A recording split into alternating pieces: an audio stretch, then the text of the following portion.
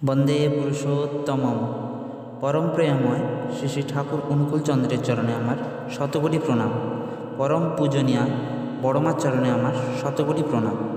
পরম পূজ্যপাদ শ্রী শ্রী বরদার চরণে আমার শতকোটি প্রণাম।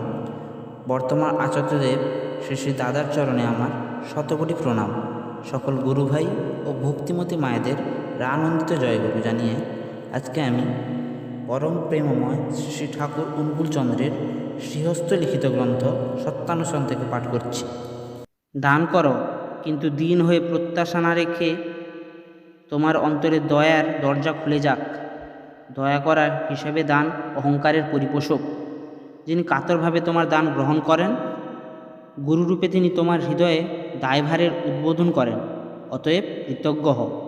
যাকে দান করবে তার দুঃখ অনুভব করে সহানুভূতি প্রকাশ করো, সাহস দাও, সান্ত্বনা দাও।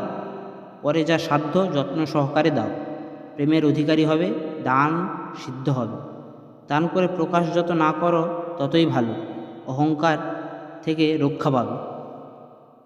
যাজ্ঞকারীকে ফিরিও না। অর্থ না হয় সহানুভূতি, সাহস, সান্ত্বনা, মিষ্টি কথা যা হয় একটা দাও, হৃদয় কোমল হবে। অপরের মঙ্গল কামনাই নিজ মঙ্গলের প্রসূতি।